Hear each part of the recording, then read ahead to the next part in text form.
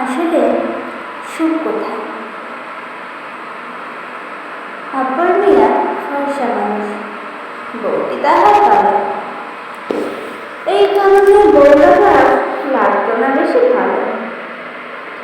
বউটা আবার কালো হলেও বড় ঘরের বেটি, বাপের ঘরে খাইছে শুধু বড় মাছের পেটি। ভালো খেয়ে বড় হওয়া এই বেচারির মুখে, স্বামীর ঘরে ভাজা পোড়া কেমনে তাহার ঠোকে। বউয়ের জ্বালা জামাই গরু, স্বামীর জ্বালা বউ শীতাল কালো। দুজনেই করে এমন সংসার ভেঙে দেওয়াই ভালো। দুজনেই ভইলা তাহা দুই মানিকের কথা, সোনার সংসার ভেঙে দিল এই দুই মাতা পিতা। নিজের ভুলে পথ হারিয়ে পথ ভোলা এই নারী, নিজেই ঘর নিজেই ভাঙা গেল, গেল বাপের বাড়ি। ভেবেছিলাম ভাইয়েরা যাওয়ার আগের মতোই আছে, আগের মতোই বাসবে ভালো, টানবে কাছে বুকে। বাপের বাড়ি গিয়ে দেখি ভাবনা তাহার ভুল, ভাই বাপিদের হাতে এখন বিষ কাটার ভুল।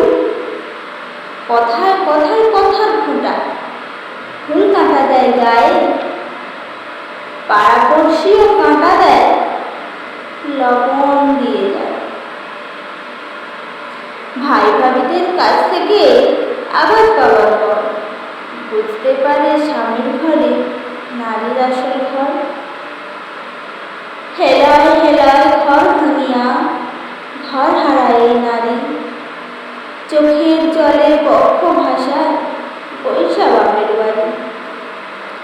এইদিকে তার স্বামী আবার করছে আর এক বিয়ে, বিয়ে করে পড়ছে জ্বালায় বাচ্চা দুটো নিয়ে। এমনিতেই বাচ্চা দুটো মা নেই তাদের কাছে, এখন আবার সৎমা তাদের লেগে থাকে পাছে। খানা খাদ্য খায় না তারা, সারাটা দিন বাসায় ঝিমায়। এদের নিয়ে বাপটা করছে ফাটা বাসের চিপায়, চিপায় বইরা বাপও কাঁদে বাচ্চা বাপের দোষে। মাটাও কান্দে ঘর হারাইয়া ভাইয়ের ঘরে বসে।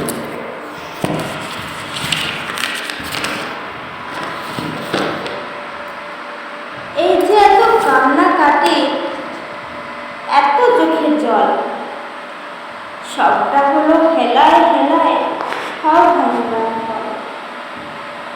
কারোর বুকে ঘর ভাঙিবার স্বপ্ন যদি জাগে, এদের একটু দেখা নিও ঘর ভাঙিবার আগে।